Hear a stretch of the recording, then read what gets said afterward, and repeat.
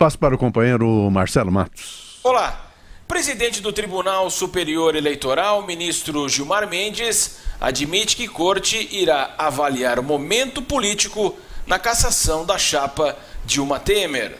Sempre se considera, nós não temos juízes de Marte, são juízes do Brasil. Em todas as circunstâncias nós levamos em conta, mas não que isso vá presidir o julgamento. É um julgamento complexo, é uma matéria complexa. Ab início, veja, nós levamos 1 ano para admitir esta ação.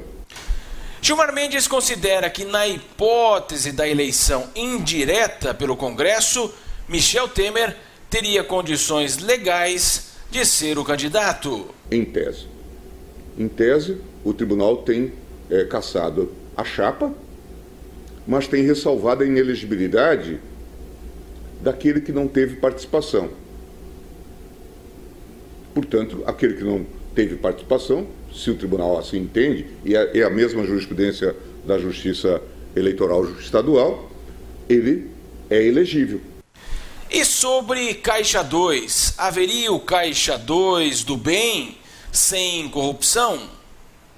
Não podemos misturar necessariamente casos de corrupção com casos de Caixa 2. Haverá casos de Caixa 2 que se caracterizam como corrupção. O dinheiro foi escondido, tinha origem espúria e tinha objeto ou móvel espúrio. Ponto.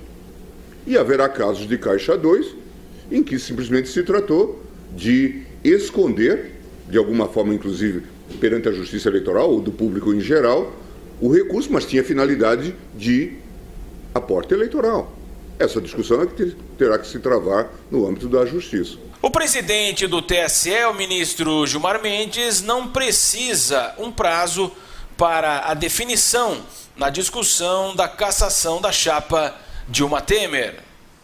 E aí, professor Vila? Eu acho que tem algumas questões. Uma delas, eu queria saber como é que você consegue separar na esfera da justiça o que o ministro chamou de dinheiro espúrio, expressão dele, que seria a propina do Caixa 2, e aquele que quer simplesmente esconder o recurso. Como é que você sabe que a origem lá atrás não é o desvio do recurso público? Que tem de ser lembrado ao ouvinte que a propina, quando a empresa entrega, é porque esse dinheiro ela não está tirando do seu capital, do seu lucro, ela está tirando do que ela vai colocar esse sobrepreço na obra pública que ela está vendendo.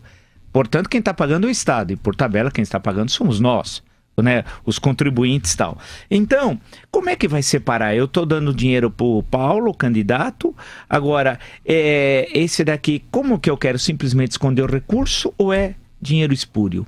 Como é que dá para saber? Segunda questão, ele disse uma coisa que eu estou aqui pensando.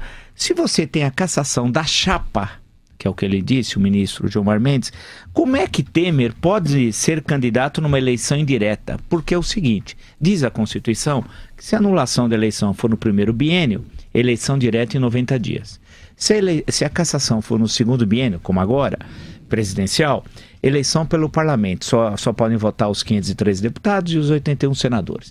Quem pode ser candidato é omissa a Constituição sobre isso, mas sobre os eleitores não. É o Congresso Nacional. Se você caça a chapa, como é que um dos membros da chapa pode ser elegível numa eleição indireta? Realmente isso eu acho fantástico. Porque você, ao caçar a chapa, você está imputando crimes a essa chapa, tal, que os ministros do Tribunal Superior Eleitoral vão considerar que aquela eleição violou a legislação eleitoral existente no Brasil. Portanto, é o conjunto da chapa, dentro da tese apresentada pelo ministro. Como é que um deles pode ser candidato? Aí, realmente, eu não entendo. Realmente, acho que só o ministro Gilmar para conseguir explicar isso.